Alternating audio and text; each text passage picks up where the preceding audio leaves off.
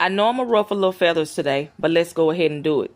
But before I get into that, if you don't mind, make sure you please stay for at least 5 minutes. Like, share, subscribe, and engage in the video if you could.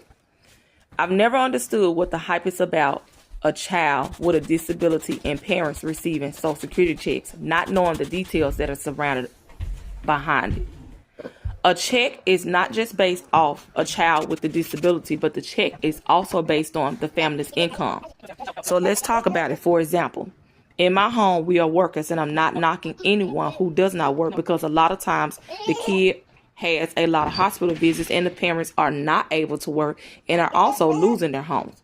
But in this home, Nala, my daughter, who is currently 5 years old, diagnosed with autism, roughly at the age of 3 going into 4.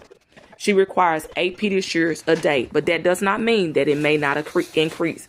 8 Pediasures a day is roughly 240 bottles of Pediasure drink. 8 Pediasures is on a case, which is about $11.99. So she's already spent $400 some. Not to mention that Nala is also incontinent and that we do not receive any help with her diapers, Pediasure, none of that.